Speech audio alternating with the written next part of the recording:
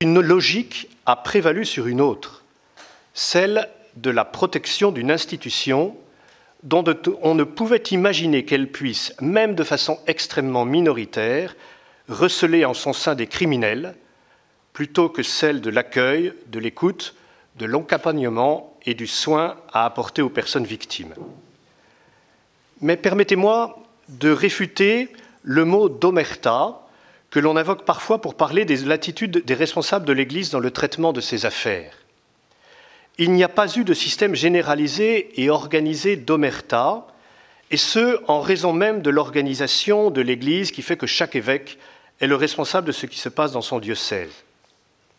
S'il n'y a pas eu d'omerta, il y a eu cependant dans une première phase une surdité, un aveuglement devant la souffrance parfois inexprimée des victimes. Il y a eu un déni, l'impossibilité d'admettre et de croire que de tels faits puissent se produire au sein du clergé. C'était incroyable et impensable.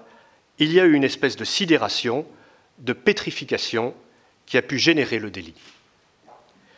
Cette logique, cette culture de surdité et d'aveuglement ont petit à petit changé. Je puis en témoigner. Un élément important a été la révélation des faits reprochés à l'abbé Prénat à Lyon. L'action courageuse, tenace, difficile pour nous aussi, pourquoi le cacher, des victimes, bientôt réunies dans l'association La Parole Libérée, le travail déterminé des journalistes et des enquêteurs a heureusement contribué à faire céder cette attitude.